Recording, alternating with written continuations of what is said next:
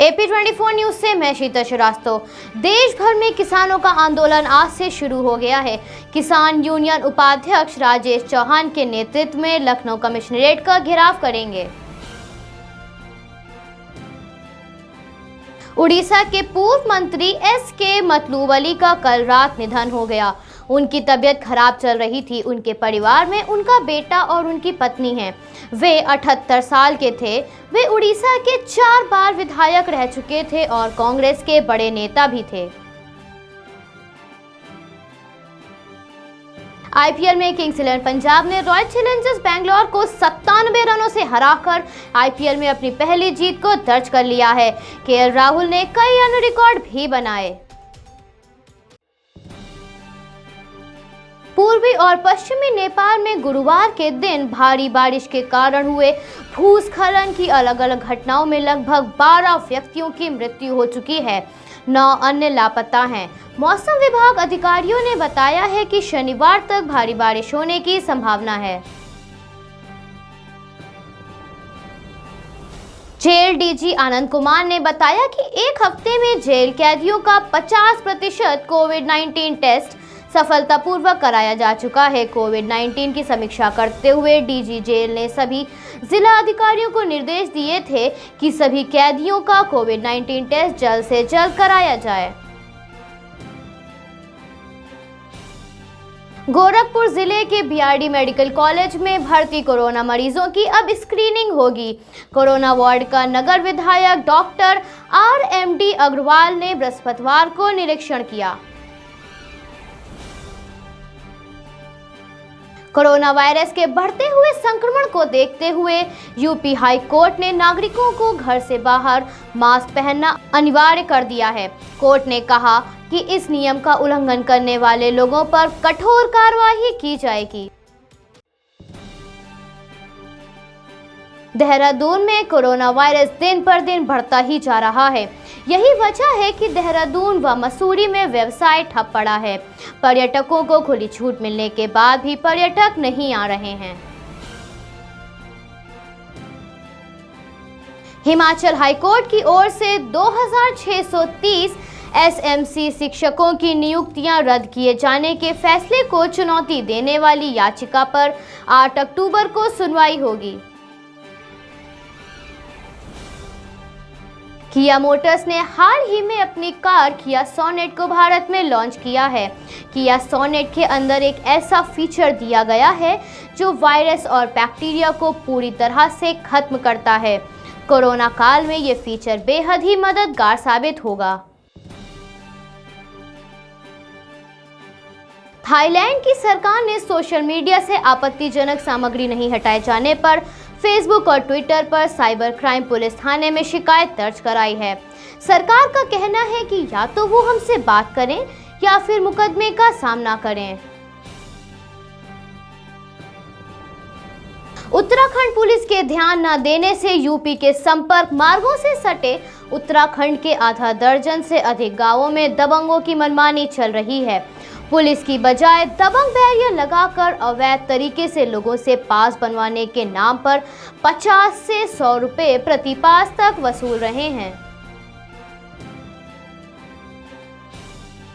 आज के दिन 2 महान हस्तियों का जन्मदिन है।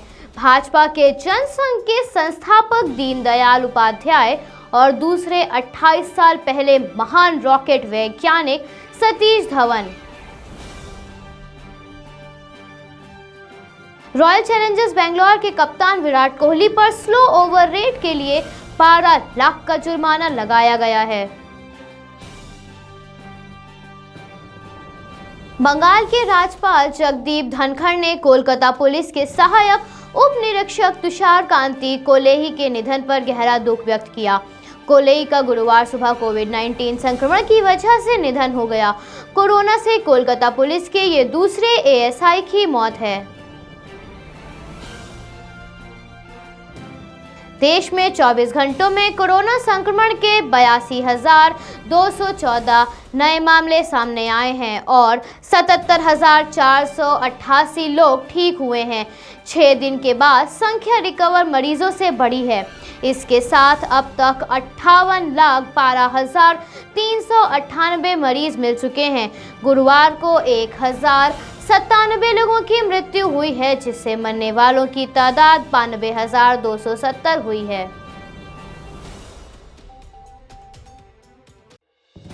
ILO के अनुसार विश्व स्तर पर वर्ष 2020 के 9 महीनों में श्रमिकों की आय $3,50,000 करोड़ करीब घट गई है। अंतर्राष्ट्रीय श्रम संगठन के अनुसार इसका सबसे बुरा असर मध्य आय वाले देशों में दिखाई दिया है, जहां श्रमिकों की आय बहुत ज्यादा घट गई है। सीमा सुरक्षा बल ने बंगाल में भारत बांग्लादेश सीमा के पास तस्करी को नाकाम करते हुए 40 किलोग्राम गांजा और प्रतिबंधित कफ सिरप की 425 बोतलें जब्त की। इसके साथ ही 3 मवेशियों को भी तस्करी से बचाया।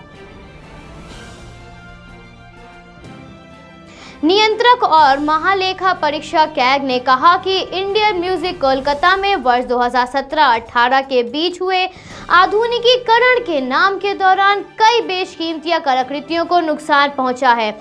उसने म्यूजियम की आलोचना करते हुए कहा कि इस परियोजना में संरक्षण की कोई सही योजना नहीं बनाई गई। परमाणु वैज्ञानिक और परमाणु ऊर्जा आयोग के पूर्व अध्यक्ष डॉक्टर शेखर बासु का कोलकाता के निजी अस्पताल में गुरुवार को कोरोना से निधन हो गया। 68 साल के बासु की किडनी भी खराब थी। शेखर बासु 2014 में पद्मश्री से सम्मानित किए गए थे। Dedicated covid centre Deendayal Upadhyay DDU Ripon अस्पताल में कोरोना पॉजिटिव महिला की आत्महत्या के बाद अस्पताल प्रशासन ने मरीजों को घर भेजना शुरू कर दिया है। DDU के MS लोकेंद्र शर्मा ने 40 मरीजों को घर भेजने की पुष्टि की है। यूपी के मुख्यमंत्री ने 24 सितंबर 2020 को US राइज पोर्टल लॉन्च किया। इस पोर्टल के जरिए छात्रों को लर्निंग, करियर काउंसलिंग और राज्य में रोजगार के अवसरों के बारे में जानने में मदद मिलेगी। राष्ट्रीय जनता दल के नेता तेजस्वी यादव ने किसान विधेयक बिल का विरोध ट्रैक्टर चलाकर किया। वहीं उनके भाई तेज प्रताप ट्रैक्टर की छत पर नजर आए। छोटी इलायची खुशबू का खजाना होती है, पर क्या आप जानते हैं कि छोटी इलायची के कई फायदे भी होते हैं। छोटी इलायची के सेवन से पोटेशियम की पर्याप्त मात्रा शरीर में बनी रहती है। इसके साथ ही इसे खाने से शरीर पर ठंड का कम असर होता है। इतना ही नहीं, छोटी इलायची के सेवन से आपका रक्तचाप भी नियंत्रित रहता है।